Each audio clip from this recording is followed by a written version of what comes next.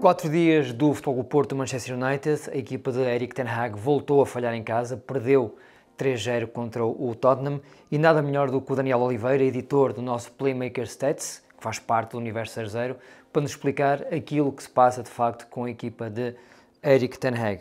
Daniel, muito bom dia. Bom dia, Pedro. Antes de mais nada, que resumo é que nos podes fazer deste United Tottenham 0-3 para os Spurs?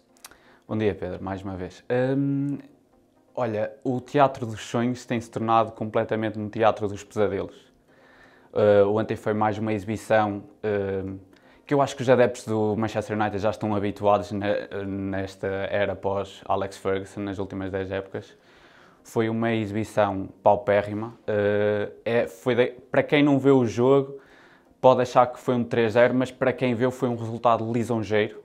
O Manchester United foi completamente dominado durante os 90 minutos. Claro que a expulsão do Bruno Fernandes no final da primeira parte teve um impacto, mas foi o coroar de uma primeira parte completamente horrível do Manchester United. Nessa fase o Tottenham já mandava no jogo, então? Já mandava no jogo. O André Onana acaba por ser o melhor jogador em campo durante o jogo, mas faz uma exibição brutal. E o 3-0 acaba, como disse, acaba por ser um resultado lisonjeiro. A primeira pergunta que eu fiz mal acabou o jogo é como é que os adeptos do United se sentem depois de pagar 50 ou 60 libras por um bilhete no Old Trafford, saírem dali completamente humilhados. E ainda mais humilhante do que o resultado foi mesmo o pós-jogo em que os jogadores do Tottenham e o treinador estavam a cumprimentar os jogadores do Manchester United e o seu treinador com um olhar de pena, estavam a sentir que foi um jogo mesmo muito complicado para o Manchester United. Daniel, para quem não acompanha tanto perto o United, o que é estranho é que o Ten Hag já está a fazer a sua terceira temporada. Sim. E não se sente grande evolução na equipa. O que é que o clube pode fazer este ano para dar a volta por cima ainda esta temporada? É assim, Pedro, os inícios do Manchester United, desde que Sir Alex Ferguson saiu, tem sido muito complicado. À parte da segunda época do José Mourinho, em que na segunda época ele tem um bom arranque, acho que só perde à nona jornada, os inícios da época são sempre muito complicados no Manchester United. Eu acho que mais do que falta de jogadores ou problema de treinadores, é mesmo uma cultura que parece que desapareceu ali do Manchester United, de exigência, de falta de uma cultura vencedora que foi criada nos últimos 20 anos por o Sir Alex Ferguson e que parece que desapareceu. O Eriksen, no final do último jogo contra o Twente, quando eles empataram para a Liga Europa, disse que falta fome, e é muito mau quando um jogador vai para uma conferência de imprensa após um jogo e diz que os outros jogadores, a outra equipa, quis muito mais que nós. Isso reflete bem o que se anda a passar com o Manchester United. Eu penso que se eles conseguem dar a volta, é uma questão que nunca sabemos. Sente-se que o Manchester United melhora quando já não existe a pressão para ganhar competições, mesmo na Liga, quando fica mais abaixo da tabela, sente-se que as exibições começam a subir. Os finais da época normalmente são bons, mas eu não sei se com este treinador vão ter muito futuro. É um bocado complicado dizer que ele vai ser despedido porque a equipa foi feita para ele. Existem cerca de 8, 9 jogadores que têm relações neerlandesas ou trabalharam com ele no Ajax. Portanto, a equipa é à imagem dele, é o que ele queria. Portanto, será muito complicado haver uma mudança num futuro próximo. Mas tanto Solskjaer como Mourinho foram despedidos por muito menos. Porque a exibição de ontem deve entrar no top 5 das piores exibições no Old Trafford pós-Ferguson. Por aquilo que dizes, a direção tem dado ao Ten Hag aquilo que ele tem pedido. Perante isso, e perante os resultados tão modestos, empate contra o Twente, agora derrota contra o Tottenham, não tem lugar em risco? O que é que a imprensa inglesa também diz sobre isto? É assim, o Erik ten Hag no final da época passada, ele supostamente já era para sair, era o que a imprensa acreditava, os adeptos acreditavam, só que a vitória na final da FA Cup contra o Manchester City deu uma nova ar de confiança ao Erik ten Hag, e também houve nos mídias ingleses houve muito a falar do Jim Ratcliffe, que é o novo acionista do Manchester United, não terem encontrado o substituto ideal para o Erik ten Hag. E então, por não terem encontrado esse substituto e com a vitória da FA Cup, deu ali uma bomba de oxigênio para todos no clube, especialmente para Erik ten Hag. E foi o primeiro mercado de agosto em que o novo acionista esteve lá com o treinador. E acho que houve contratações com o Matthias de Ligt, com o Mazraoui.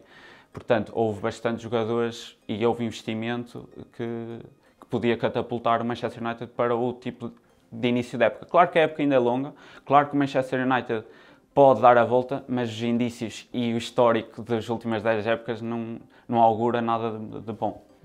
Perante uma equipa tão imprevisível, o que é que podem esperar os portistas do jogo de quinta-feira? Olha, eu acho que há duas maneiras de se olhar para o jogo. Acho que se há altura em que o Futebol Clube do Porto podia apanhar o Manchester United numa boa altura, era esta. Como eu disse, o Manchester United tem inícios de época muito difíceis e o Futebol Clube do Porto, no seu estádio, com os seus adeptos, contra uma grande equipa, porque o Manchester United continua a ser uma grande equipa, existe ali muita motivação, muita vontade de vencer, como no Porto existe sempre. Portanto, eu espero que o Porto vai mesmo tipo, para cima, olhar olhos nos olhos, e não sei se não tem um bocado de favoritismo para o contexto que é o jogo. Por outro lado, também precisamos ver que o Manchester United é um grande clube e eles olham para o Futebol Clube do Porto com muito respeito por todo o passado que o Porto e o Manchester United têm. Portanto, o jogo do Porto também é olhado com muita para aquele jogo que pode catapultar para outro, para dar uma nova confiança especialmente para o mês de outubro. E uma vitória contra o Porto também é necessária devido ao empate, também isso acontece com o Porto, mas devido ao empate com o Twente, eles precisam de vencer. Portanto, é uma situação em que o Porto tem uma grande oportunidade para vencer o United por causa da fase deles, mas também o United vem aqui num rescaldo de um jogo horrível, que é dar a volta por cima, e o Porto é um adversário que também lhes dá uma certa vontade de vir com força aqui para Portugal e vencer o jogo. Nas provas europeias vemos muitas vezes as equipas inglesas a fazerem uma rotatividade nestes jogos, mas este não é um jogo certo para isso. Eu penso que não. Eles têm um jogo muito difícil no domingo, em Villa Park, contra o Aston Villa. Se eles tivessem ganho contra o Twente e não tivessem perdido este jogo contra o Tottenham, eu acreditava que eles pudessem haver algum tipo de rotação. Não acredito. Acho que o Manchester United vem com a força toda. O Bruno Fernandes joga sempre, mas levou o vermelho ainda por cima, portanto vai agora estar 3 jogos suspensos porque foi um vermelho direto. Portanto, eles vêm com a carga toda e precisam de vitórias para dar a volta por cima. E se precisam de vitórias para vir ao Dragão para ganhar, têm que vir com a máxima força. Daniel, só para acabar, falando apenas de futebol puro e duro, quais os pontos fortes e fracos desta equipa do Manchester United? Sim, os pontos fortes é o seu capitão, o português, o Bruno Fernandes. Para mim é o maior ponto forte. Acho que qualquer coisa boa que o Porto queira tirar de quinta-feira passa por anular o Bruno Fernandes. Tudo o que é o último passo, o perfume que existe no futebol atacante do Manchester United passa sempre pelos pés do Bruno Fernandes. E outro ponto forte que precisa-se ter atenção é que o Porto, no seu estádio, vai querer dominar e vai tentar dominar o jogo. E o Manchester United é bastante forte no contra-ataque. O Garnacho, o Marcus Rashford, o Amad Diallo, seja quem for que jogue, são jogadores muito rápidos e eles marcam muitos golos em contra-ataque. Viu-se com o Erik ten Hag nas últimas 2 épocas a quantidade de golos que eles marcam em contra-ataque. Os pontos fracos, é difícil olhar para aquele plantel e dizer, olha, o Casemiro é um ponto fraco. Não é, porque é um jogador com uma carreira que toda a gente conhece, mas eu quero dizer que o ponto fraco é mesmo a má forma dos jogadores neste momento, este início terrível que eles têm tido. Há muitos jogadores ainda fora de forma e é isso que podem aproveitar neste jogo, é ir para cima e serem intensos durante os 90 minutos, porque o Manchester United adormece muitas vezes durante o jogo e é isso que o Porto pode aproveitar. Daniel, muito obrigado. É o tema de dia do 00 para ver e ouvir nas plataformas habituais, incluindo 00.pt.